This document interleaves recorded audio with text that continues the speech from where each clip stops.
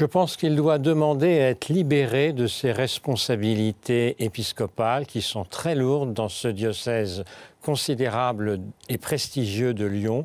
Ce n'est pas forcément une démission, il restera cardinal, mais il faut maintenant qu'il tire des conclusions de tous ces débats.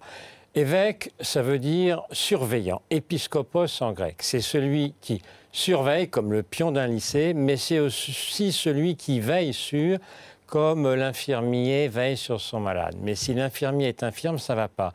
Le problème du diocèse de Lyon, c'est que 4 archevêques successifs ont eu des cancers et en plus, malheureusement, lui a eu un grave problème cardiaque.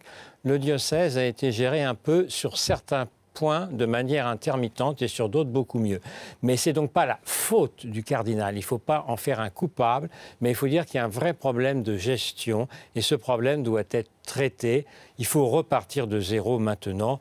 Selon vous, ne pas on ne risque pas, heureusement, de trouver d'autres situations comparables? On espère que non. Il peut toujours y avoir des cas exceptionnels, mais honnêtement, par rapport à l'Australie, à l'Irlande, au Canada, aux États-Unis, il y a eu beaucoup moins de problèmes. Ces problèmes ont concerné d'ailleurs aussi bien des pasteurs protestants mariés, des brahmanes mariés, des imams, des rabbins mariés ou des moines bouddhistes célibataires. Il y a la voie des éphèbes au Japon.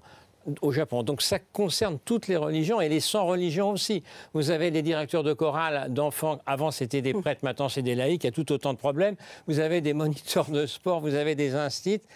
Tout ça, c'est pareil. Il y en a, ils aiment trop. Bien sûr, ces mais la jeunes. question